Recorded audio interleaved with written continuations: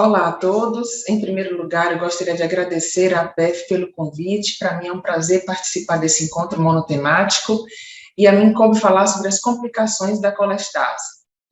Bem, nós sabemos que na colestase existe uma redução da síntese ou fluxo da bile, que pode ser relacionada a um processo hepatocelular, colangiocelular ou por uma icterícia obstrutiva. E o prurido é uma manifestação importante desses processos colestáticos. Esse sintoma pode ser tão incapacitante que pode prejudicar de maneira significativa a qualidade de vida dos indivíduos e pode, inclusive, se tornar uma indicação de transplante, mesmo na ausência de falência hepática. A prevalência do prurido vai variar a depender da etiologia da colestase.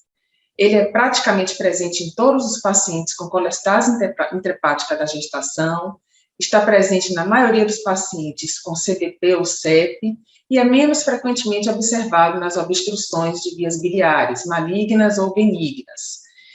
Do ponto de vista de fisiopatogenia, várias substâncias foram apontadas como possível pruritogênicas, mas essas substâncias, histamina, sais biliares, opioides endógenos, serotonina ou estrógeno, não tiveram uma comprovação de correlação entre seus níveis séricos ou teciduais e a gravidade do prurido.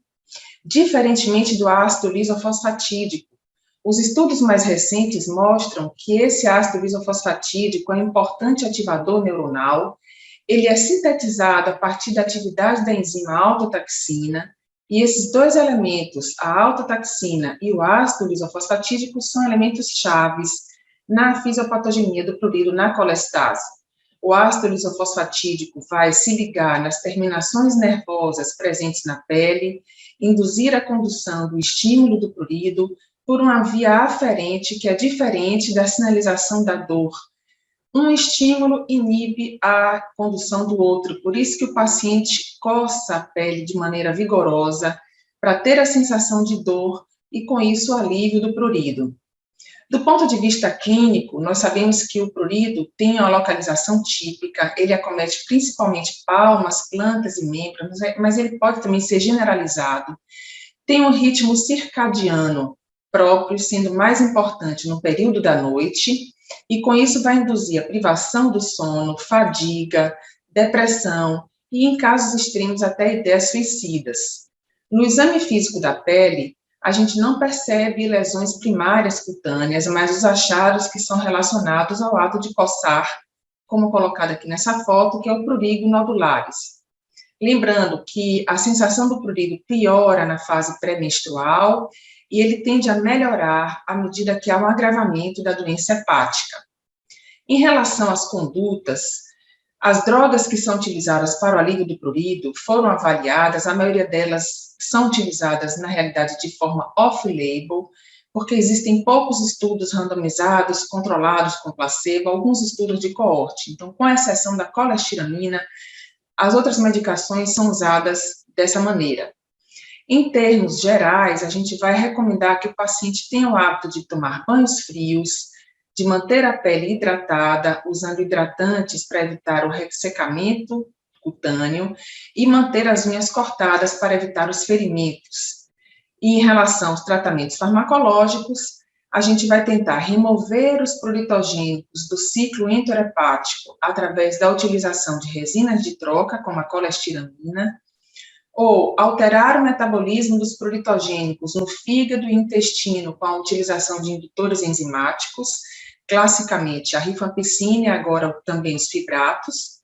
Podemos tentar modificar a percepção do prurido a nível central, com o uso de antagonistas opioides ou inibidores de recaptação de serotonina, ou remover os pruritogênicos da circulação através de métodos invasivos, como a drenagem biliar, plasmaferese ou MARS.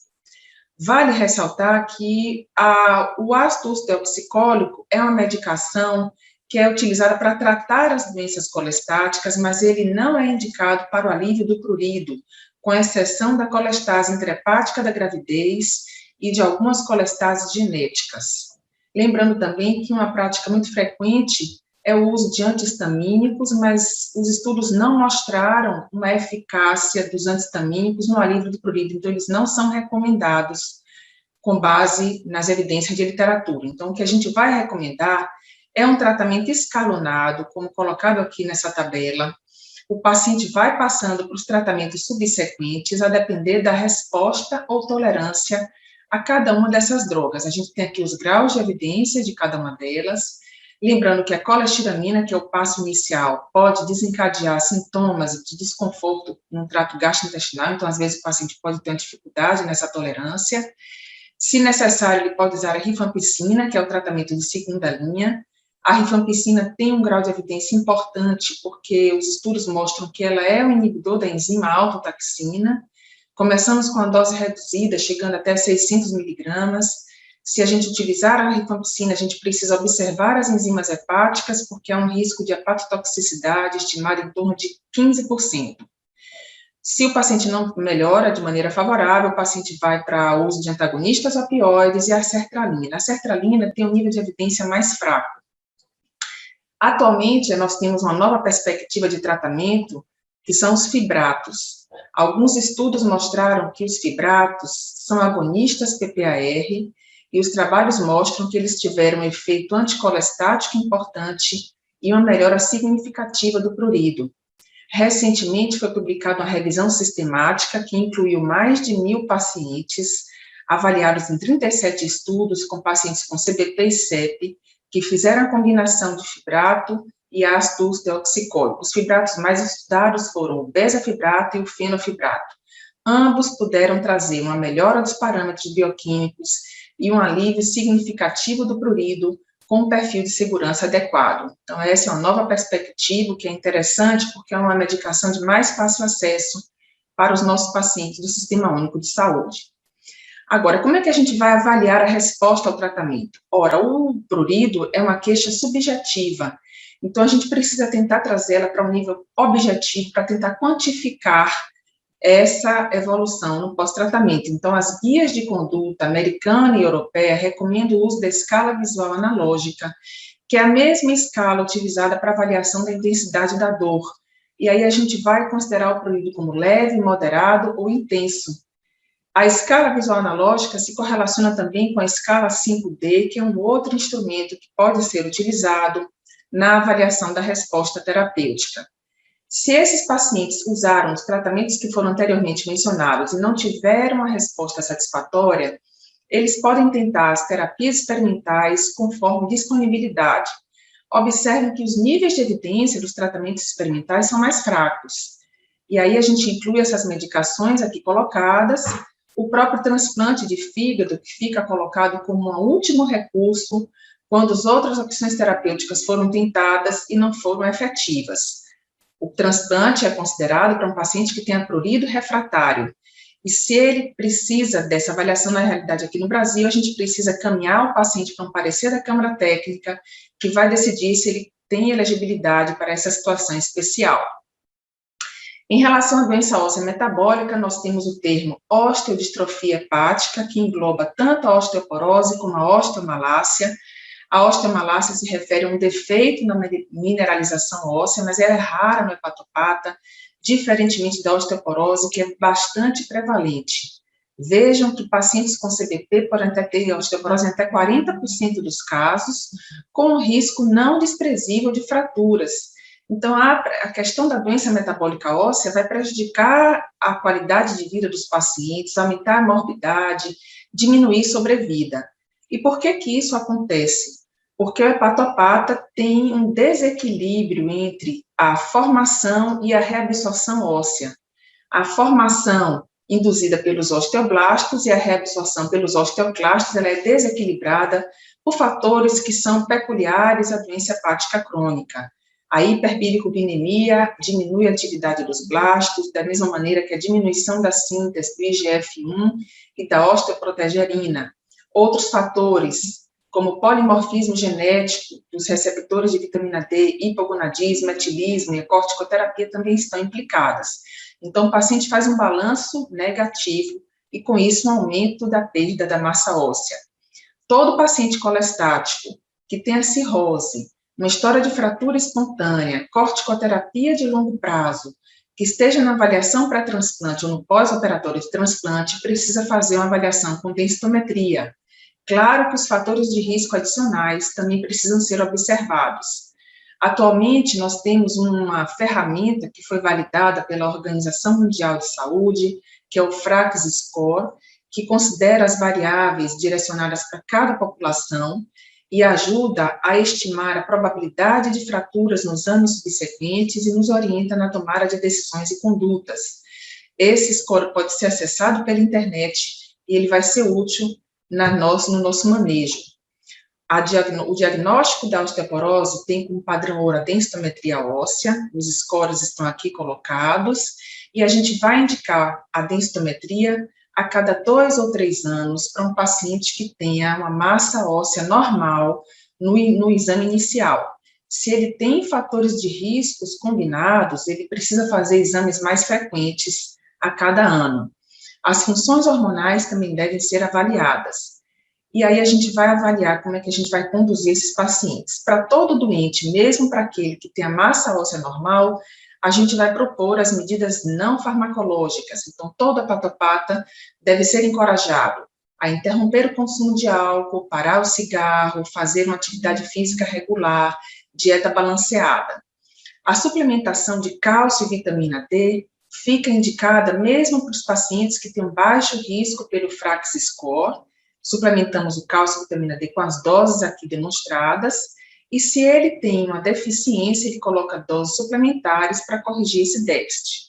Lembrando que se para o prurido o paciente usa colestiramina, vai haver a necessidade de um intervalo entre a administração dessas drogas, porque a colestiramina reduz a absorção intestinal da vitamina D.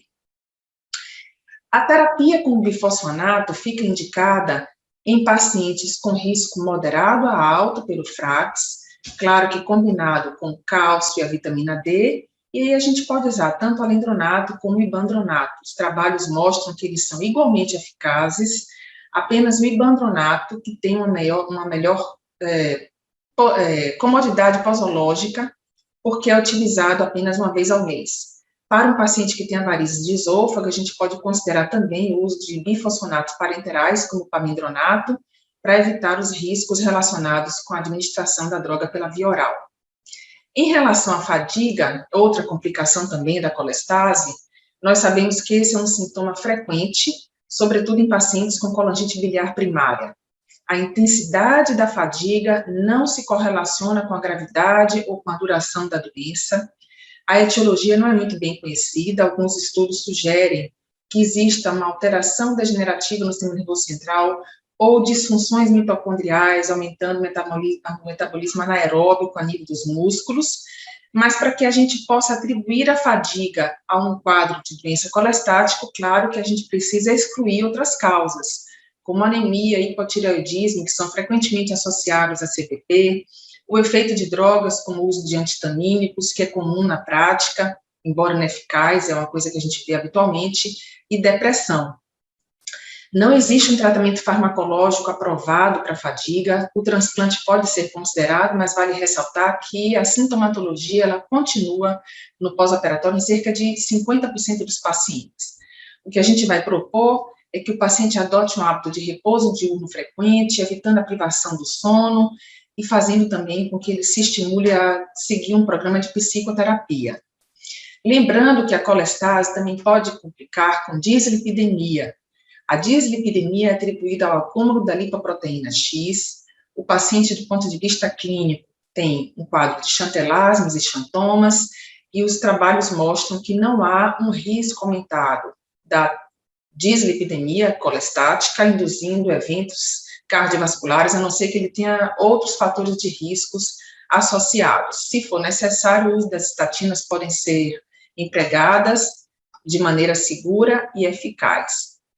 Eu gostaria de terminar a apresentação recomendando a leitura das orientações de conduta das guias que foram recentemente revisadas pelos colegas da Sociedade Brasileira de Hepatologia, as recomendações de conduta para as doenças autoimunes e colestáticas, publicadas agora em 2019. Nós, da Sociedade Brasileira de Hepatologia, também construímos o Manual de Condutas em Doenças Colestáticas e Autoimunes do Fígado, que tem recomendações interessantes. Esse manual pode ser acessado através do site da SBH. Então, era isso que eu queria apresentar. Eu gostaria de agradecer pelo convite e fico à disposição para a discussão. Obrigada.